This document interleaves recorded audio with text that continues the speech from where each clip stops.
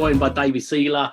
I'm really excited about this. I'm in massive admiration of David for a number of reasons, but I'm going to let David do the intro. I prefer it when people intro themselves, and David's a bit more of a what haven't you done one, more of a what have you done, and it spans over a really nice period of time. But super in admiration of just still your continued drive, your continued energy, your continued just attitude towards life in general, not just business. I think business for us is a lifestyle. Like, obviously, it's massive admiration. You're in a position financially, and without trying to guess your ages or anything, but I guess you could be retired. I remember I've heard you say it before, and you said you have retired previously. So you're in a position where you could, and so many people think they want to, but you're just pushing forward. Like, you obviously got a desire for something beyond just making more money and just for the sake of, and you've got a desire beyond just sitting around doing nothing. So it's a massive admiration of that. But David, the first question I'm going to do around this, obviously you're a deal packager, you're in commercial, you're an author, you're a podcaster, you're out there doing a lot, you're a trainer, like there's a lot you're also doing, and that hunger is, as I said, massively admirational and something for us all to aspire towards, to keep going. But my main question, and this probably leads into introducing yourself, and the opening question is, just tell us a little bit about you, David, and how you got into property and where this journey began. I know it's quite a broad question, but with that, hopefully you can cover what you cover now, what you do, and where it all began. Yeah, well, first of all, thank you for your kind words, Harvey. I think we're going to have to skip decades, or it'll go on too long. I think the team made a mistake with it as well. I got them to do the marketing for it. I'm pretty sure you've been in it longer than I put on your then my team put on the actually marketing campaign. So well, my first property deal that I did kind of by accident was 1977. Oh, wow, I was born in 1977. Well, I was 23, and we completed the weekend of the Queen's Silver Jubilee, 25 years, God bless her. And I've served every minute with her, right? And the bottom line is, I was a retailer in those days. We had shops, and we got the opportunity of buying one of the buildings that we were trading from.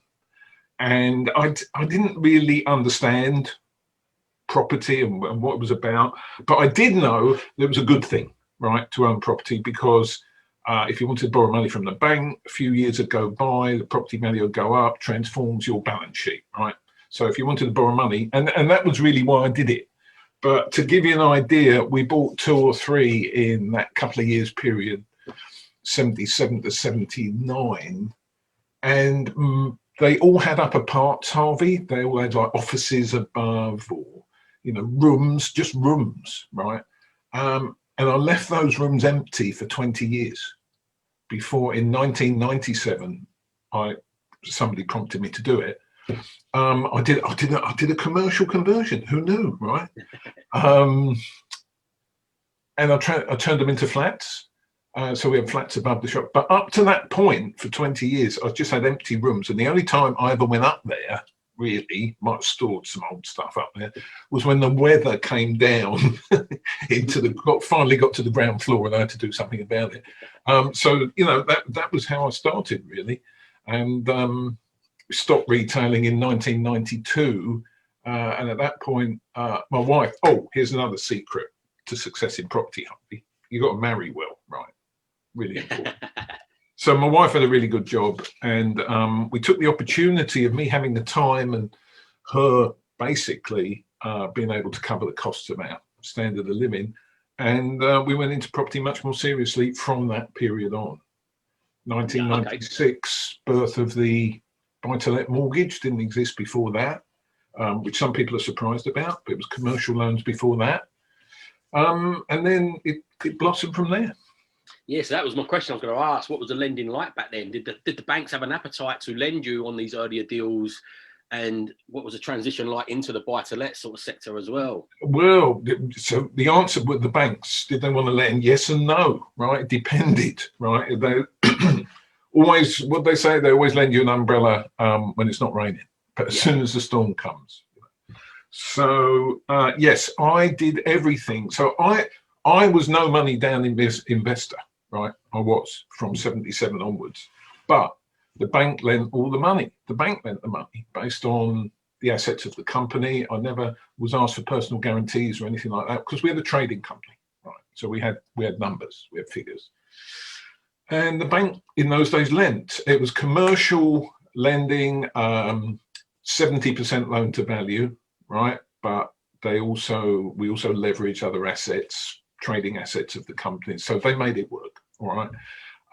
And then over a period of time, so there was difficult times in the 80s, then there were really good times in the 80s. If you could mist up a mirror like that, you could get a loan, right? And then 92, bit more financial unpleasantness, everything stopped, right? And I was still with Barclays Bank. I rang Barclays Bank. We wanted to do one of the upper parts conversions I was talking to you about. And they said, I'm sorry, Mr. Siegler, we're not open to any more exposure in that lending area. Why? What's the matter? He said, well, I don't know if you're aware, but we are currently the biggest landlord in the United Kingdom. I didn't know that. People giving the keys back and stuff like that. Right. Yep. And so it's ebbed and flowed. But here's a learning key. For the first 20, 30 years, 34 years, if the banks wouldn't lend, I just stopped because I didn't know there were other ways of doing it, Harvey. So I thought you had to get a mortgage from a bank, save up a deposit and do it that way. You just don't know what you don't know, though, do you? So, and that's it. So how did you start stumbling? It's probably a bit more advanced in my questions, but we're led in that direction anyway. No, that's so cool. What stumbled you into the education, and what point in your journey did you start to know, and did you start to then change that shift? Yeah, so 2008, again, everything stopped, financial issues. And I couldn't raise any money. So, because I've just told you, I would only trade with mortgages. I would only build my business using the bank's money. No one was lending, especially from property. They pulled their claws in, the credit crunch, and everything stopped. It wasn't about my credit rating, it was about the world. And I just stopped.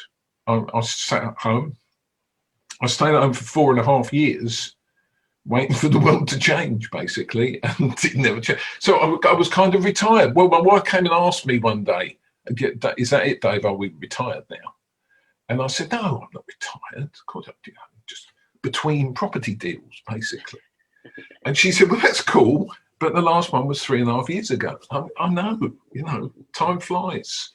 So I was retired. I played golf every day, and then I found I couldn't play golf every day because my back hurt. Then my front hurt and legs, and then I finished. I sunk into this downward spiral, especially in the summer's all right, spring, summer, right, the winter at home on your own. Well, we've just been through it, haven't we? Watching daytime television. I once watched an episode of Loose Women 4 times on one day. What, the same episode? The same episode. This is my life, Harvey, from 2008.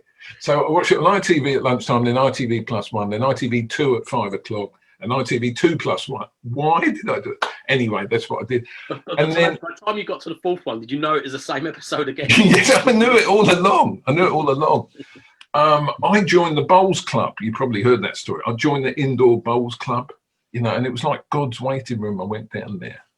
And the woman who interviewed me, she was a director. She came in with a chain of office, Harvey, sat me down to see if I was fit and proper person, right? Took my check, right? Before the check hit my bank account, she was dead. And it was like that, right? So I thought, no, these are not my people, really. And then I started getting emails. I was following stuff on YouTube and whatever. I started getting emails from Progressive Property. Actually, I was looking at a couple of property education providers because I just wanted somewhere to go and sit in the warm and meet people, And I was that close to joining another property mastermind.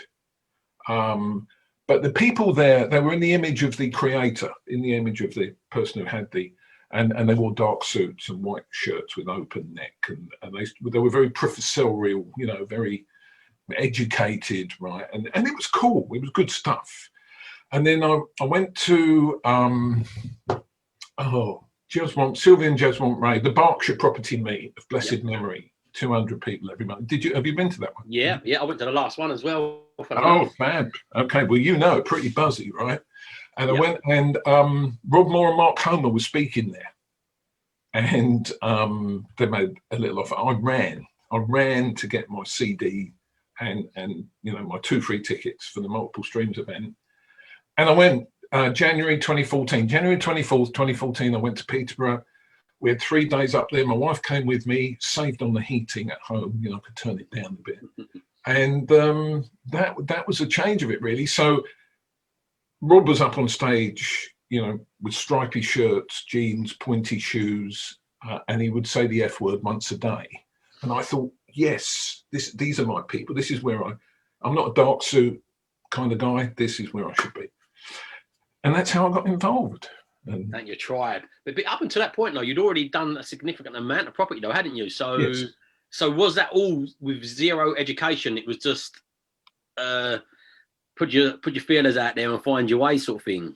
Yeah, very much so. And also, it was quite a lonely road because there weren't property network meetings. I mean, you say that was your first education. There wasn't any property education when I started. And why did I leave 9 or 10 potential flats empty for 20 years? I mean, it's not cool, is it? So yeah, we sort of did it we did it ourselves. I say we, it was my brother originally, and then there was me and Cheryl, and we went on and did it on our own. So yeah, it was slow, and it was I made my own mistakes, but over time, and I'll stress that, over time completely alters your financial situation. So owning that property, particularly in the south of England, when everything else was going wrong, that kept me upright and perpendicular financially. That's what it was. So you have done a bit of remote investing as well, David. So what took you to Greater Manchester, isn't it? Your remote locations are in, yep. And what took you in that direction? What was the reasoning behind that? Well, similar reasons to you, I suspect, originally. Remember, I was working with deposits and mortgages. This is 2004, 5, 6. That's when we did the meat and potatoes of it. And very good friend of mine who I've been working with on and off for 30 years, had been going up to Manchester buying houses. His daughter went to Manchester University, fell in love, wanted to stay. He rented her a house in Ashton-under-Lyne for what it was, for £400 a month, whatever, at that time, £350 maybe. And he went up and did the mum and dad's weekend thing, right, stayed with, and he's reading the local paper, and he could buy the house next door for 40 grand at that time.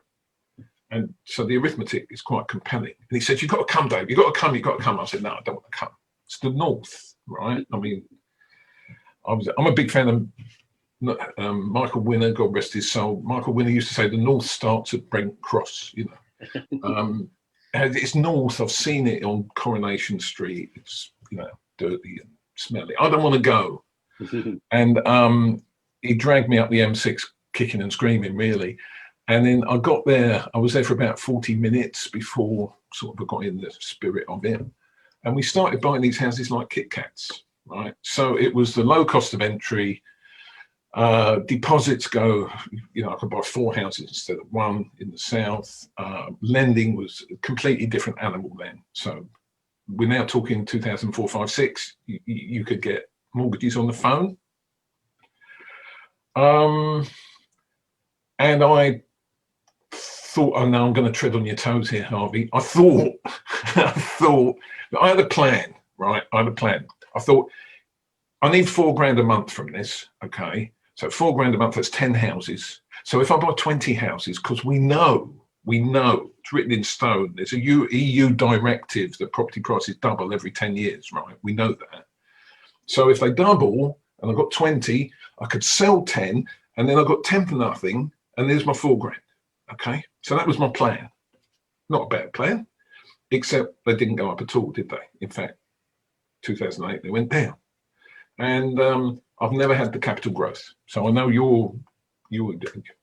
don't want to I know you. No, David, I know your views on this. I like to get a different view. It'd be a boring world if we all had the same views, wouldn't it? You know. So I went into this question and knowing this, it's nice to get that different share and different perspective on it for different people. You know. So happily for you to this explain your full story. I've heard this story myself anyway, but it's nice for you to explain it out. So you're not stepping. Yeah, and I was on the other side of it, Harvey. So 2007, talking to my favourite agents up there, they were going up 10 grand a month. You know.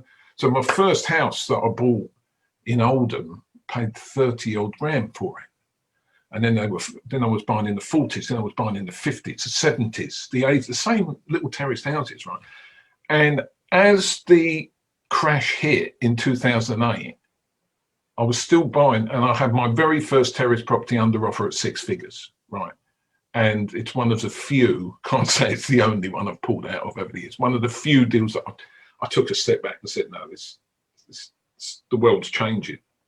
And they did sell it. They sold it to somebody else for 94 in the end. So the house sold.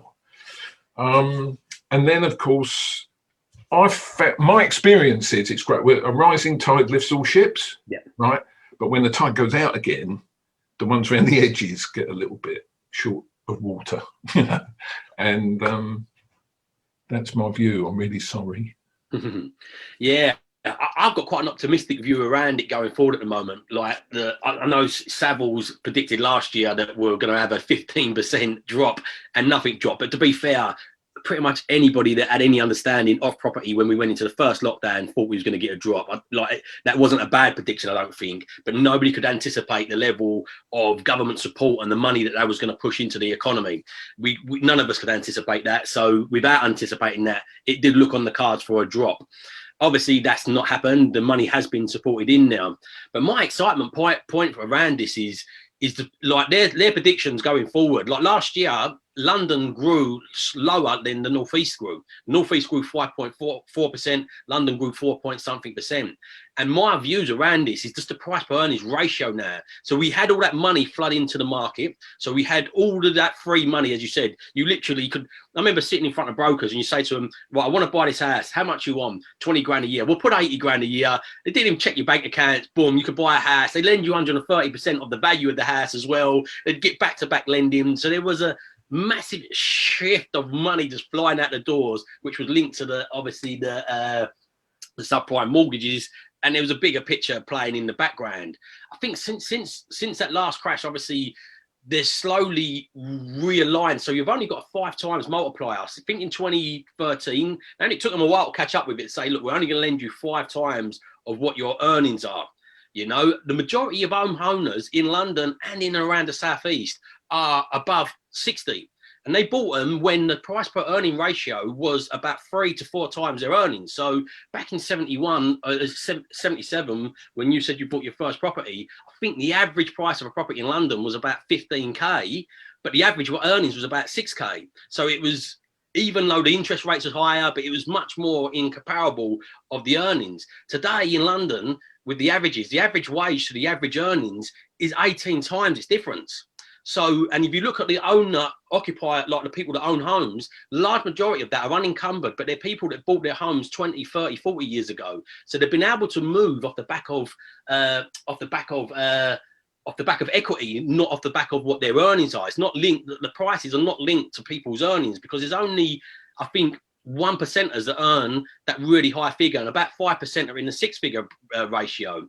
So for me, I'm thinking, well, where's this going to keep on going? Like if the average wage you can only lend 5 times the average wage, and the average property in London is 18 times that, and the ownership is of the more of the baby boomer people, where is it going to go forward? So Savills' prediction is that the northwest and all these places where they're getting that power, so the north investment now and the employment, they're saying these are going to be the places, just because the earnings per price ratio is more in a line with, and there's more employment turning up there. So I'm quite optimistic the way that's spreading out. I'm not as optimistic. I love London. I was born in London.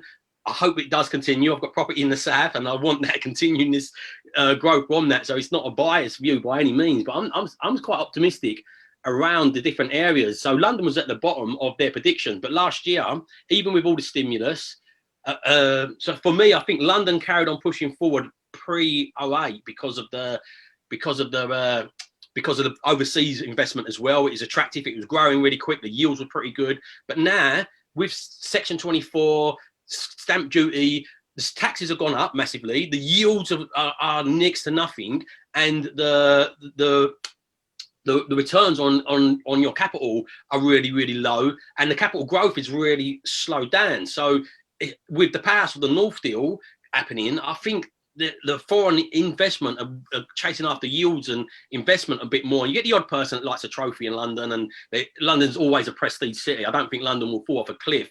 But I'm not sure. London grew like 518% in a 20-year period from 1996 up into 2016. And there's a lot of things involved with, as I said, with the lending and overseas investment. It didn't grow previous to that in that pace, and hasn't grown since 2016 at that pace. So I'm just not sure if we're going to see the same sort of years as we see in that 20-year period. I don't know, like just a different view on now. None of us have got a crystal ball, have we? You know, none of us know for certain, you know, but I'm quite optimistic. I'm quite optimistic your ones will come back, David, anyway. Okay, so yeah, I think your understanding of the macros and the economics surrounding this are pretty good. The sense of history might be a little bit wavy, flaky, if I may, because I've heard this 3, 4, 5 times now. I heard it in 1974. I heard it in 1982. I heard it in the 1990s, right? And you've got to ask why. You've got to ask why. So the thing is, they kept moving the goalposts, and originally people could only get capital in interest mortgages, right? And that's expensive, right? So the property market slowed. So then they went to interest-only mortgages, right? And then things picked up again. And then when I wanted my first mortgage, the pay rate was 16%, right? And we were lucky to get it. We were blessed to get that, right? Pay rates now, I mean, I'm paying 2% over base, which is basically 2%, right? On a lot of stuff, on the interest-only stuff. The multiples increase because if they didn't increase the multiples, then people wouldn't buy. And the property market is so important to the economy. It is so important because there's so many fingers that come out from buying a house, right? That you need all the trades, all the goods and services, everything that goes with it. You've got to keep those people employed. So 30% of all properties in the UK all along have been unencumbered, owned. So that's always been there.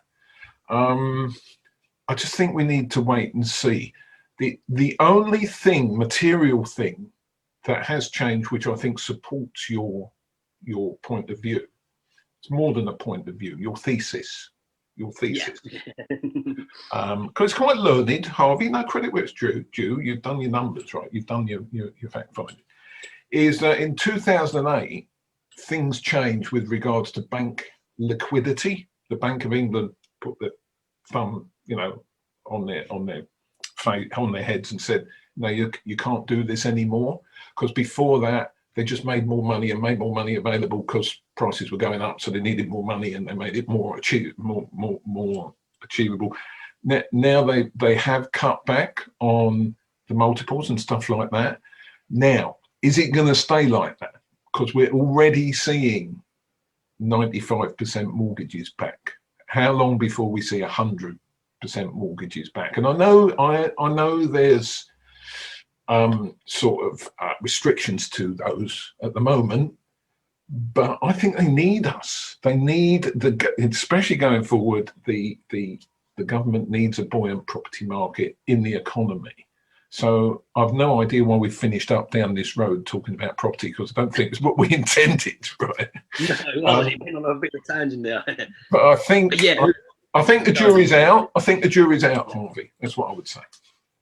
Yeah, I'm quite optimistic about the North anyway. I think there's room for growth because it's in line with earnings. The biggest thing different, I think, is just unless they lend more of a multiplier than 5, I can't see the interest rates lowered. Where else can they go with that? Not around the whole country. This is just mainly London. Hope not. I love London. It's a great city. But yeah, who knows? But as you said, the jury's out on that. Definitely wasn't a direct. And we mustn't forget. And it's not a political thing. Don't do politics, right?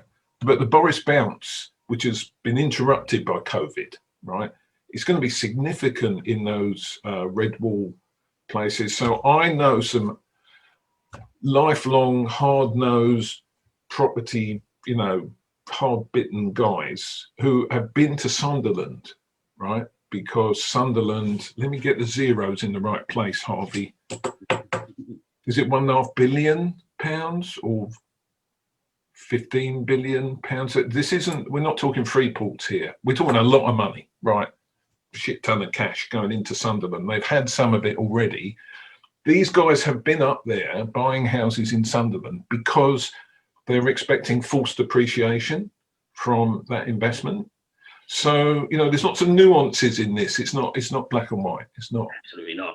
Absolutely not. But for me, I've never invested for capital. I'm more invested for cash flow, first of all. Capital growth's great. I've got some properties in the south that I've experienced that capital growth with. And like you, I've been investing in the northeast prior 08 and 09 was when I started investing, and I've had no capital growth, so I forced depreciations up by the buy refurbish remortgage methodology, but I've had the zero. So all my portfolio is built off of, majority of it, I've got a handful of properties that's earned a lot of money from capital growth from the south, but the rest of the capital I've got in my portfolio is just built from building that capital growth. I feel at the moment, especially for the coming years, I feel building capital growth is definitely going to be a more skilled area than just relying on the winds and the rising seas to take you up at the moment. I can't see anywhere in the UK rising how it did in between in the noughties up to 08, because it's just that money liquidity that was thrown into the market.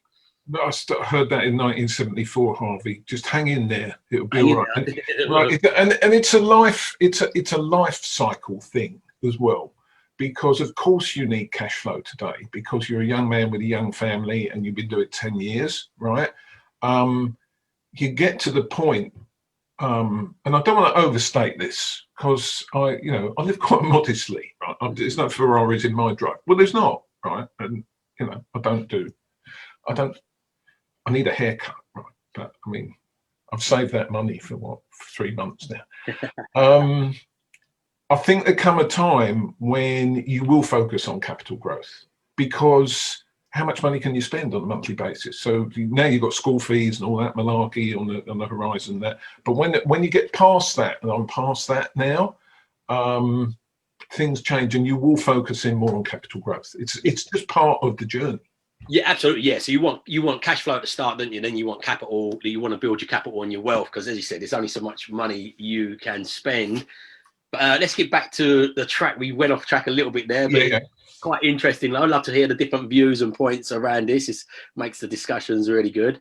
But Dave, let's get onto your main forte. So as you said, you come onto multiple streams of property income. That was my first little taste of property education. Don't know how they got my email. I all of a sudden got emails popping into me as well. It's just something from magic, but they did. They drew my interest, and I went there and I was like blown away. Remember going to the first multiple streams of property income.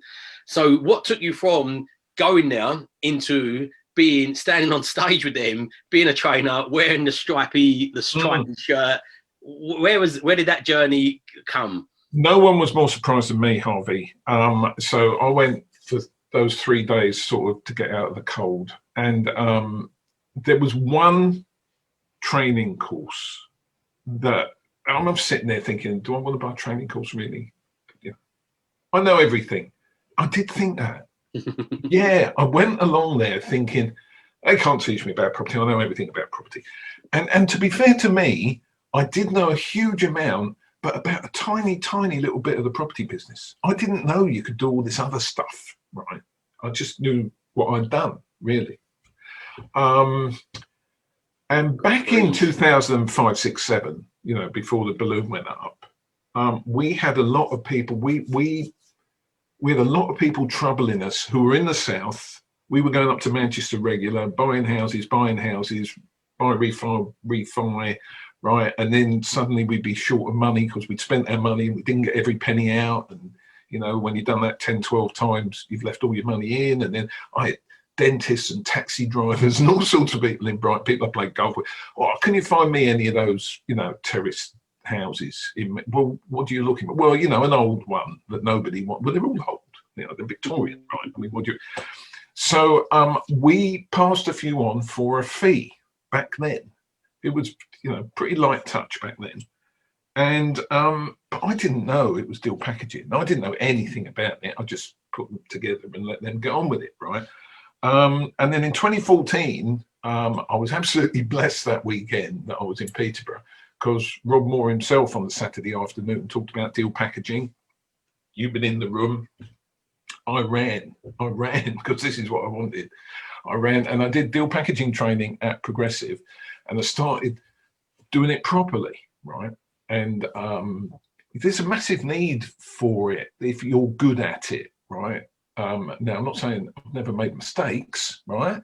But especially in the early days. But if you find substantially discounted properties for other people, you will never starve, because that is a service people need, right? That's the key to the safe, right? Absolutely. And I've heard you say it many times, and it is, no matter what strategy you're in, you need to know how to find deals, whether you package them on, whether you buy them for yourself, whether you JV with somebody. Yes. Every single style, whether it's a rent to rent, whether it's a buy refurb remortgage, whether it's commercial conversion, it is the key to that. It's like that funnel, isn't it? That's the starting point, what you need to understand. So it's such a transferable skill, whether you package them or not. That said, I've got a question from somebody which leads into this. We always put it out to my sort of a community. Yeah, cool. Andy's asked this question, said he loves you. He started off by saying, I love David, love what he does. He said there's many deal packages out there at the moment, quite a lot inexperience, he's saying. If starting again, what would you think is the key to making it successful in deal packaging? Because he's kind of alluding towards there's so many people doing it now, but not everybody's doing it correctly or some experience. So where would you start again with, if you was going to start again, what would be your starting point? Okay, so if I was starting again today with the experience I have but no money, I would go to London. I would go to London. The big money deals are in London. There's property deals being done in London now, right? Every day. Okay, we've talked about North South. So I would say to Andy, wherever he is in the United Kingdom, there are strategies, deal packaging strategies that work wherever you are. I don't know where you are, but if you're in the north, if you're in the southwest, doesn't matter, right? You just got to use your education to find the value for investors to buy your deals and pay you for doing it. So I think that's the key to it. There's a suggestion in the question. I don't know if you mean this, Andy, or it's got sort of crept in translation, right? That there's so many people out there doing it, right? It's the market's saturated. It's not like that. I promise you that is not the case, right? And in fact, some of the busiest packages that I work with work in cities where there are other packages that I've worked with who have got great property businesses, right? And they're working together. So Sheffield's probably got 5 of the best deal packages that I know, and they're all building a great property business, right? And they all know each other, and you know there is, they're not competition. We're stronger together. And until you've actually done it and got into it and worked with other people, you don't kind of get that, and then the penny drops. But we are actually stronger together. So I wouldn't worry about the opposition. I remember when I started out in 2006, people were saying it then, and I'd be standing in a little terrace street, and you've all stood in there on this side, on this pavement, looking at that house over there, and there'd be some guy on the other side of the street standing on that pavement, looking at the house behind me, right? You know, and it all goes on like that. So I just wouldn't worry about anyone else. Just do a great job, find a great deal, learn how to add value if you're in an area where you can't get discount, right? But add value for your investor. Put a great local team together. So letting professionals are vital for your investor because they've got to run the houses, right? And the investor might be remote. Tradesmen, you know, you've got to have decent tradesmen. I've had, so before I met up with Harvey this morning, 5 emails on repair issues, right? From fences to a TV falling off a wall that a tenant put up, all that, you know, and a new boiler, of course. So I've dealt with all that this morning. You've got to have the people to do that. So Andy, I wouldn't worry about anyone else, right? You sort out where you are, what the need is, and you'll be fine. You'll be fine. You've got to put yourself out there, tell people what you do. That's an episode all on its own, Harvey, because you're becoming a master at that, aren't you? Absolutely. And that goes on to that question as well. Do you know, so many people say, to be fair, it's probably the lowest barrier to entry into property business, isn't it? Like deal packaging, like you need to get a few compliances and you can get going. You know, even rent to rents. Unless you've still got to raise finance to do rent to rent, even if you don't do it of your own money, you still need furniture and different things. So I'd say, would you agree? Is it the lowest barrier to entry, or is it? It's definitely one of them, isn't it? Well, I believe it is. I've started several businesses over the years. I once bought a franchise when I was retailing Harvey. I bought a franchise business, and then I had to get premises, retail franchise, to get premises. I fitted them from a shell. I had to fill it with stock. We had 7 staff. Before we'd opened the door, day one, I was 100 grand in, right? And ultimately, that business did not succeed. It failed. So it took a few years, but I never got the 100 grand back. It's always on the balance sheet and it never came out, right? Deal packaging for a few hundred quid. And that's if you set yourself up and become compliant from day one, right? Controversy. Do you have to be compliant from day one? Yes, you do, or you work with somebody who is compliant, right? But you must become compliant. I don't want anyone going off this, whatever it is that we're recording here, and say, oh, Dave Siegler said I didn't have to be compliant. Yes, you do, right? Or you have to work with somebody who is compliant, at least in the early days, if that can work. A few £100. I mean, I heard somebody, I know you're a Clubhouse devotee, Harvey. I heard somebody on Clubhouse who should know what he's talking about say that it costs £5,000 to become compliant. How is he doing that? What's he paying for his insurance and stuff? You know, just this last few weeks, I've had people new to deal packaging get their PI insurance together for 198 quid. The right insurance, right? Property Ombudsman 294, ICO £35 a year. The big one is HMRC in year one, about 450 quid, but it will drop back to 300 in years from. So are we at £1,000? Under, you know? Yes, under. As I said, it's under £1,000. So, you know, that's not a big barrier to entry. People have got that. You know, if you want it that bad, people have got that.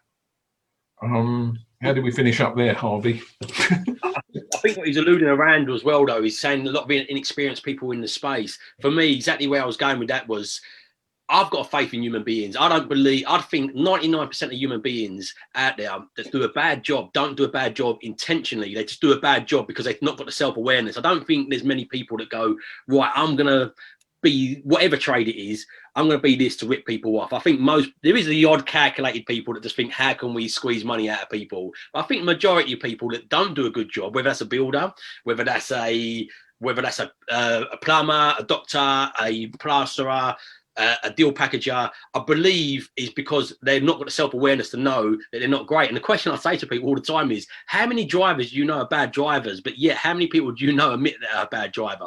People haven't got that self-awareness. Everybody thinks they're better than they are often.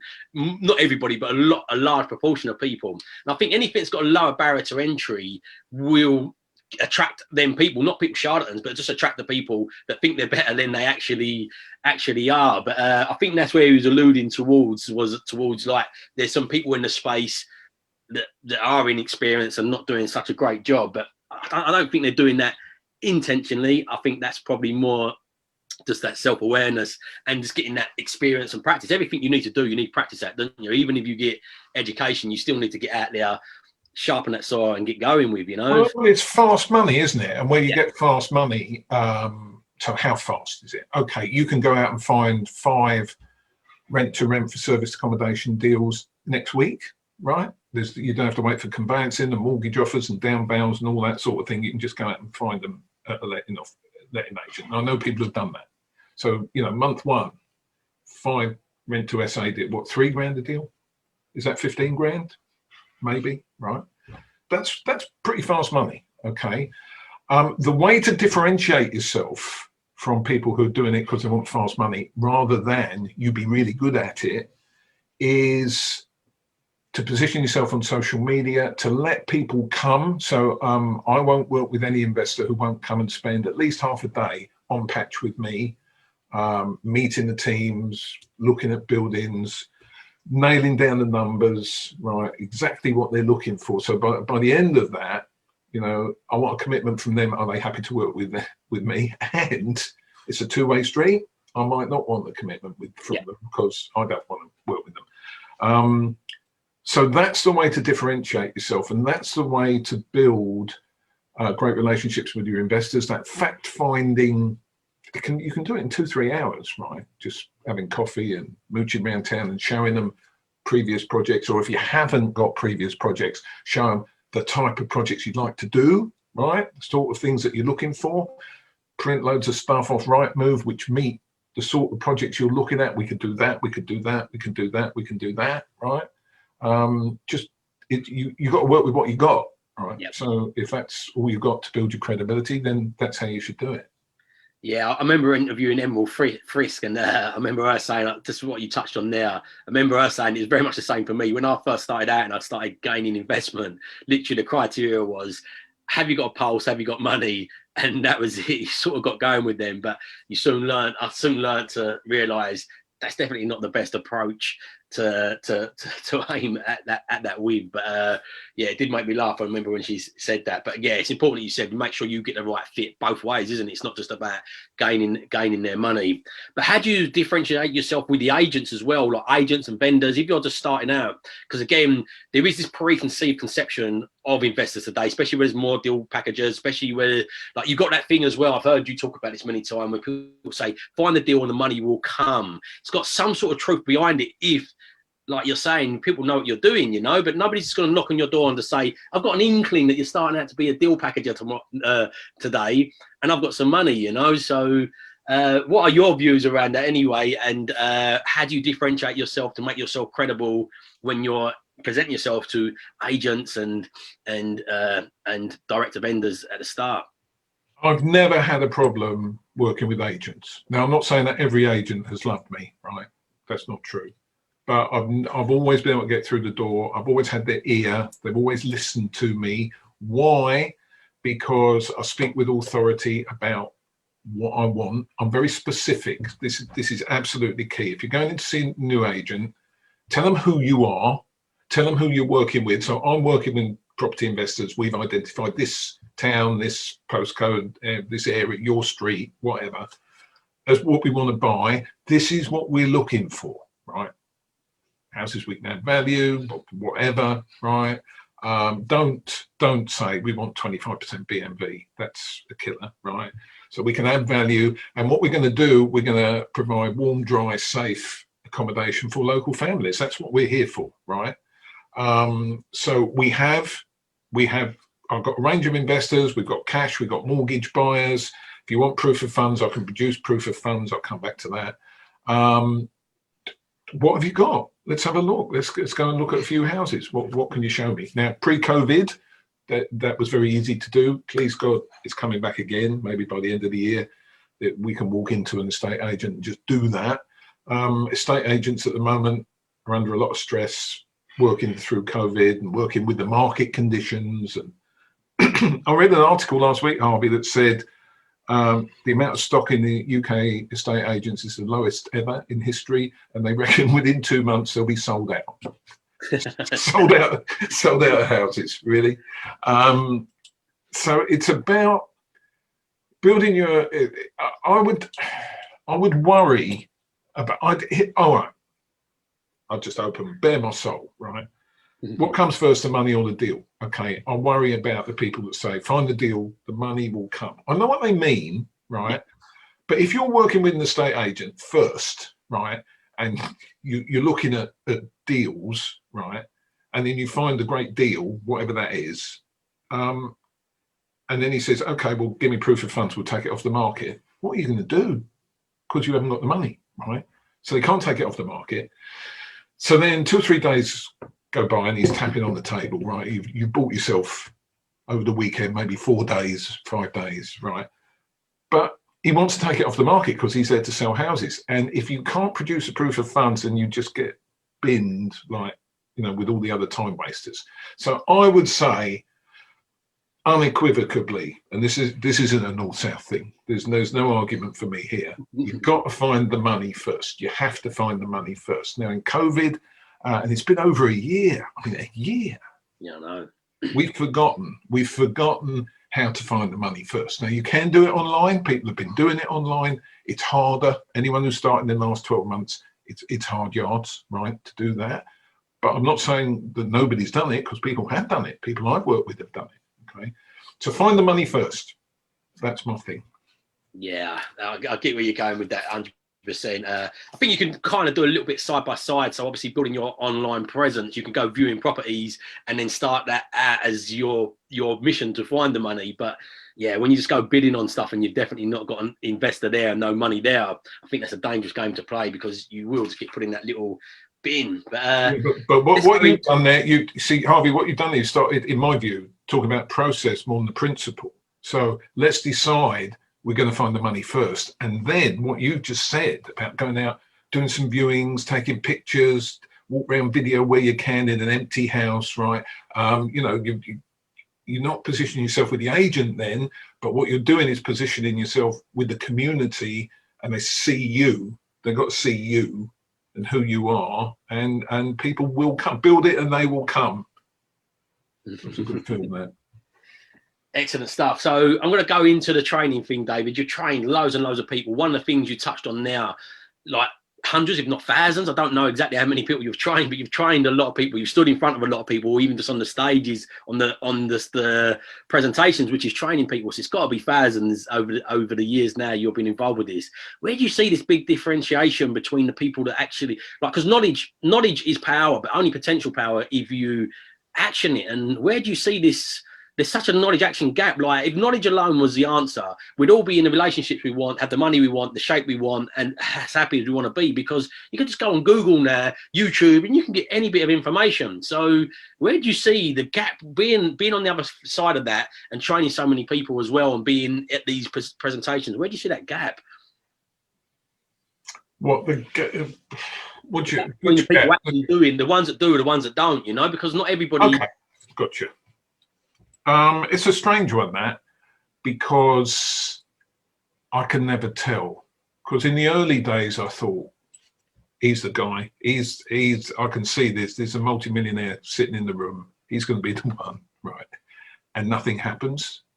And then I might look at him or her. I'll do a her because we did a him last time. Okay. I might look at her and say, "There's no deal. It's not going to happen." And she's a machine. Right, once she gets going, she's a machine. So I'm not a really good judge at that, and I don't think you can judge. Okay, but there are one or two basic principles that I see and I hear, and I've learned working with. It probably is a couple of thousand people, Harvey. Now, probably is. There's only three things that can go wrong. Only three things. This is what I see. One is marketing. Marketing is key. We're all marketers. Doesn't matter what we do, we have to market for our deals, market right. And people don't do enough marketing, and or even though I give them marketing templates, they say, "Oh, I changed that, Dave. I didn't like the look of the second paragraph." Just use it. Just use it the way it is. Put your name on it, right? Use it. No, I didn't do it. I didn't have any yellow paper, so you know, I just did it on white. It's got there's magic in it. Don't ask me why. There's magic in it, right? They don't do enough. There was a live event, one of the last London multiple streams events last January, I think. I was in the room, and there was a young woman in the room, and she'd sat in my training room maybe a year before that, and she's making a beeline for me. These are the conversations. I could see this was not a conversation I wanted to have at this particular moment, but she got me anyway. David, I did your training last year. It didn't work. Really? Tell me it didn't. Oh, it didn't work. Didn't work where I live. Doesn't work where I live. Okay, tell me a bit more. And we start drilling down. And we got to the point, well, viewings are key, right? You've got to do enough viewings. How many viewings I've done some viewing. How many viewings have you done? She said 3. 3 viewings, right? I mean, do 30 viewings and tell me something's not right. Do 30 viewings a month and tell me something. But 3 viewings? No, they weren't interested. I know. People still say to me, Harvey, I posted 12 letters and the phone didn't ring.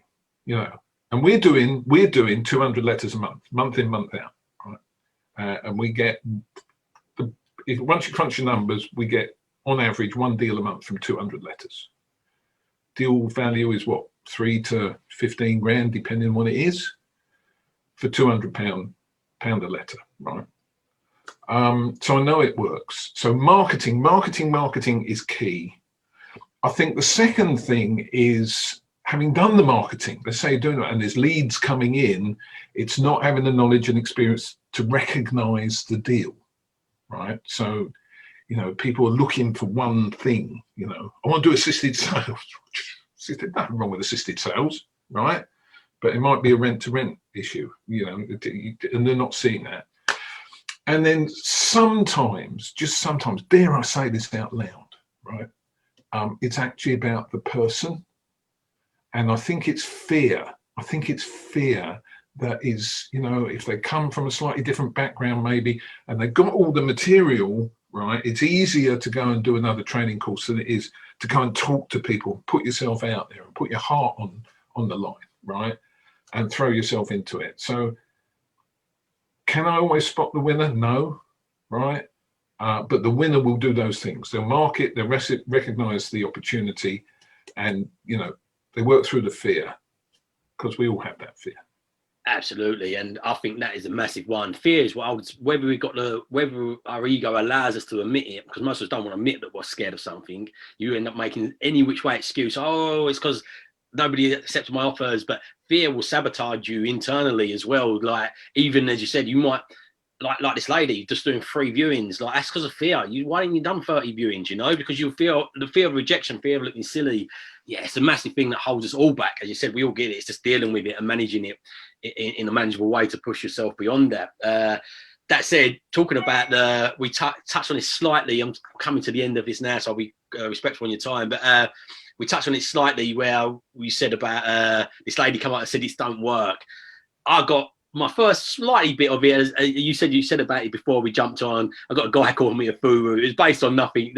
His exact words was, he just gives me that vibe. Like, one of the guys asked, why are you calling him that? And he was like, I don't know, he just gives me that vibe. He's a barrow boy, he's a barrow boy geezer type person. And I don't know if you should reply to these or you should. I said, look, listen, not everybody's going to like us. It does, no matter what anybody tells you, nobody that don't want to be not liked, you know. I don't care what anybody says. So even though you like, look, let them have their opinion, whatever. Nobody likes that. It didn't hit me loads, but you don't like it. But I thought, should I reply? Should I not? And my reply was exactly that. Look, you don't like my personality. I get that. Not everybody's not going to like my personality, but you've got to base it on a little bit of facts, you know? Like, if you're going to criticize me, if it's constructive criticism on facts, I love that, you know? Like, what, that don't work? And there's your view, David, on how this is my view. And that's great, because that's how you expand your mind. But based on just I'm a geezer barrel boy, it was a little bit laughable, I must admit. But how do you deal with that? Do you know, when you said you've had it lighter? So when I've stuck my head above the parapet, and one of the things it did hold me back in fear a little bit was people asked me to mentor them all the time.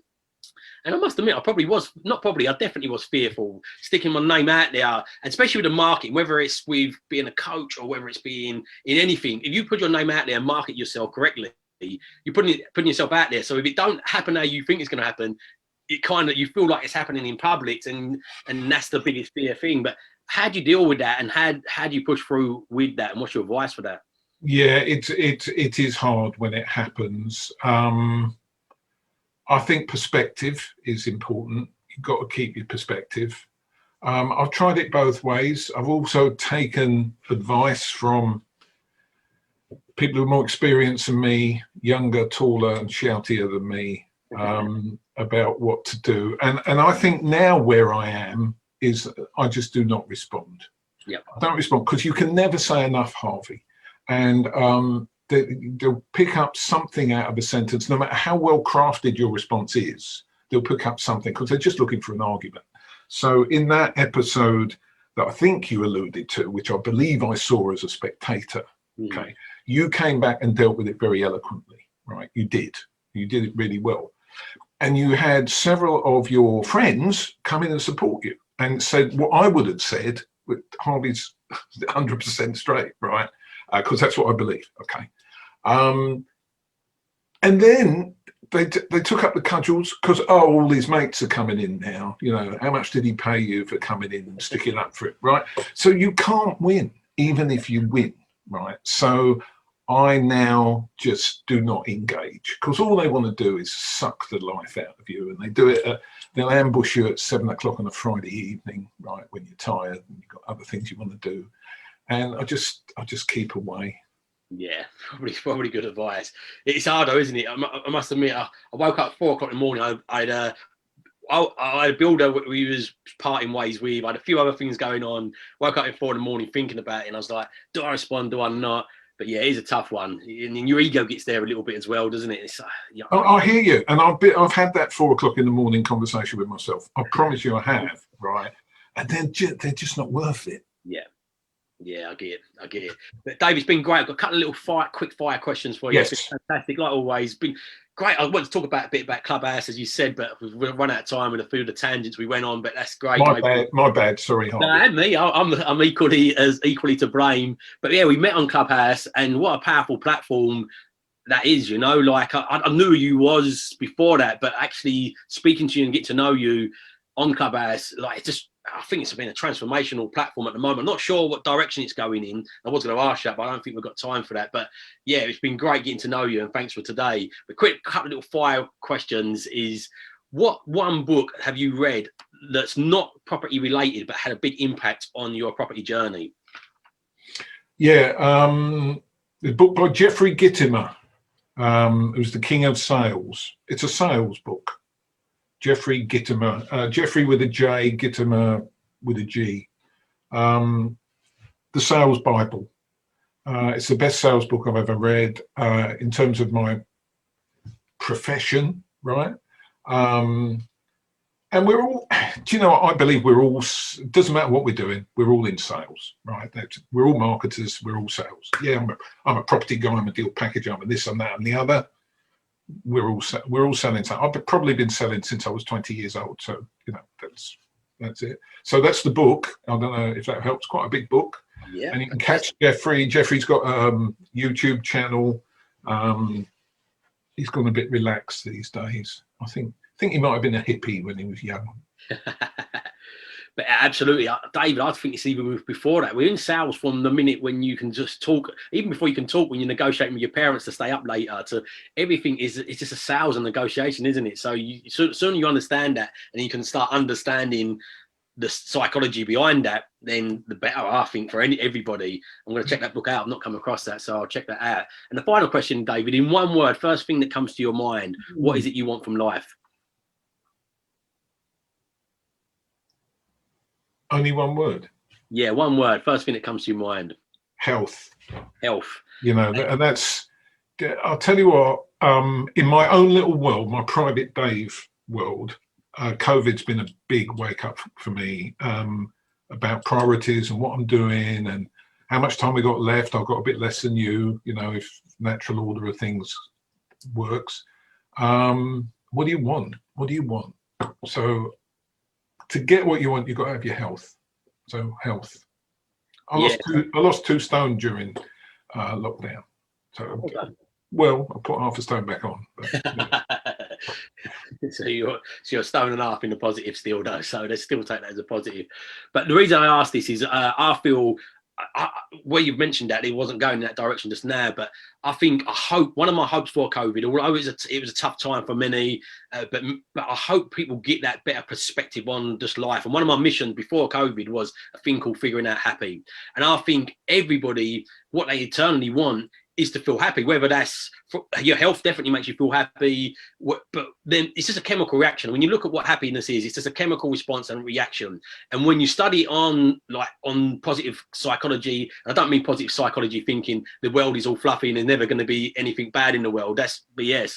But when you study positive psychology, when you're got that right frame of mind and the right mindset and your health and an accumulation of things, so your health, your relationships and all these things, everything will go better. It's like when you've got a boiler that breaks and you're really stressed out, it seems like the end of the world. But when you're in the right frame of mind, it's like, okay, I know Bill, who's a plumber, we get that fixed, and it just bounces off you. So everything, if you got the right mind frame and the right positive mind frame, everything will have a positive effect trailing off the back of that. So my mission is to try and make people much more aware. And I think there is a science behind this now. There's psychology and science. Even Sadhguru talks about the science behind this now, the mystic from India. So I feel everybody should be aware of what is the different things that's going to make them happier. There's no happy. The reason I call it figuring out happy is because it's a lifelong quest. What made you happy 10 years ago when you could hit a golf ball every single day is a little bit different today when you can hit one every other day, you know, and it's constantly evolving, isn't it? When you've got children and you've got different things. Well, I got one other word, which explains why I went back to work in 2014, having been retired for 4.5 years, right? And it wasn't about the money, right? And you've got it in your title somewhere, and that's growth. Yeah, I think growth as a person, that's what makes human beings happy. So sitting at home on my own, being retired, I could do what I want, but I didn't most of the time, right? That didn't make me happy. But interacting with other people and getting growth in myself as a person over the last 4 or 5 years, no matter how old you are, right? That makes you happy. Yeah, 100% agree. And this is why you see so many people with a lot of money either retired or in a job that they just ain't, they got no they get no growth in that job. So they just go, they turn up, they earn their money. They could earn lots of money, but they've got no, they're despondent. They've got no fulfillment. And yeah, 100% agree with you. Growth is definitely the key behind it. Well, it don't have to be financially, does it? It could be growing in language. Absolutely. Yeah. It's just different skills as a person. Yeah.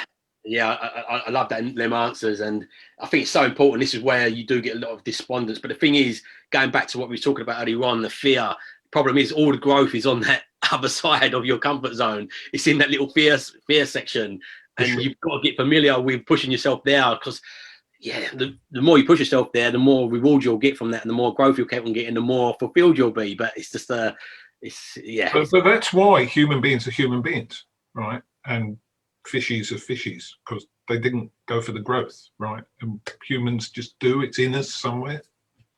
Absolutely.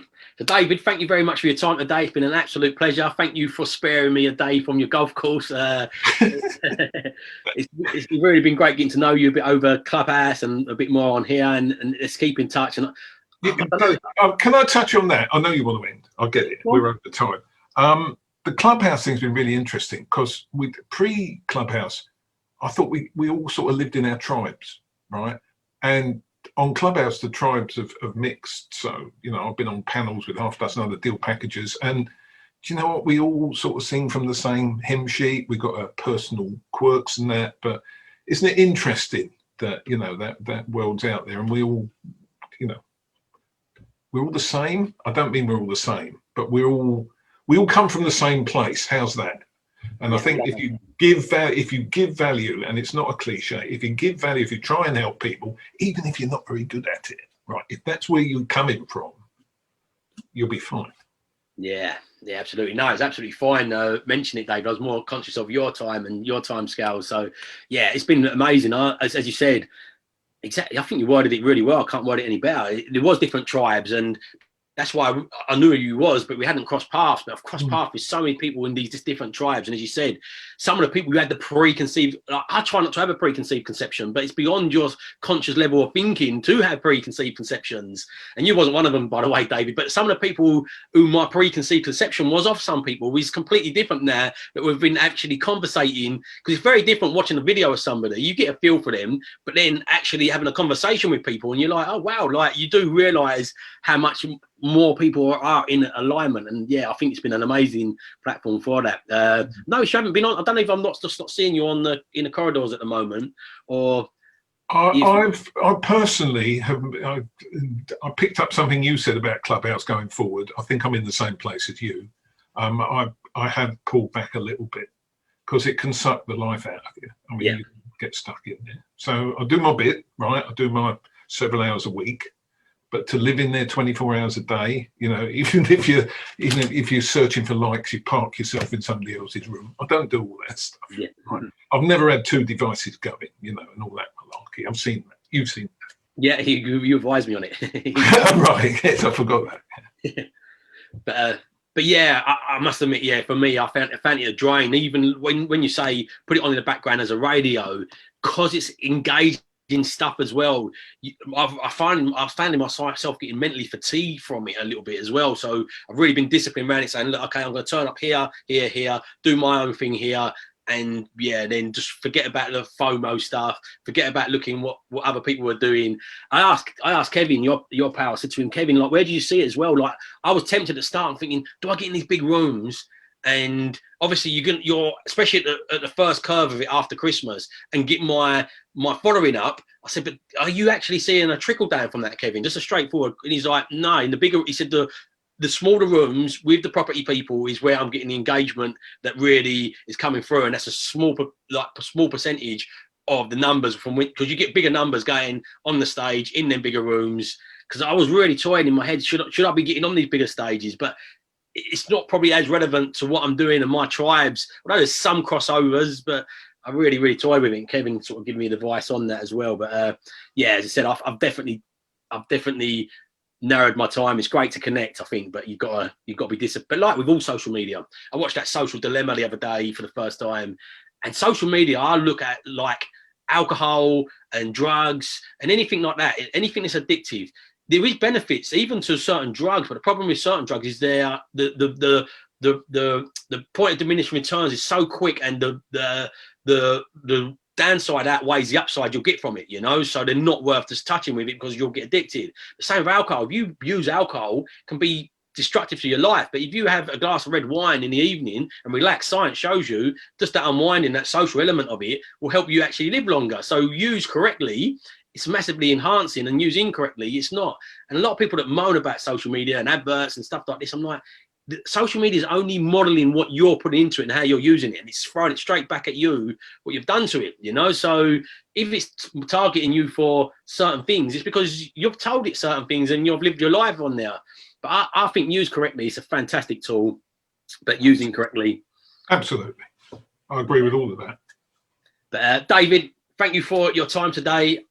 It will cut short now because I don't know how to stop it and keep you on there. So I've got work that part out.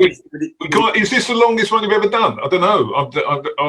I think we've gone slightly over, yeah, but it's been fantastic. So, but yeah, it's been a real joy, David. Let's stay in contact. I'm up in Peterborough. I'm not sure if you're going to be there on that day. I bought some of the opportunity books, and I'm a supporter of the Rob Moore group as well. So I've got the ticket. And I'm looking forward to getting in there on the 8th. I'm not sure if you'll be there that day, David. I'm not sure at the moment either, but we'll meet up. Let's talk, Harvey. For sure. Thank you very much, David, anyway. Thank you for having me. It's been an absolute delight. Let's do it again. Yeah, absolutely. Cheers, David. Cheers.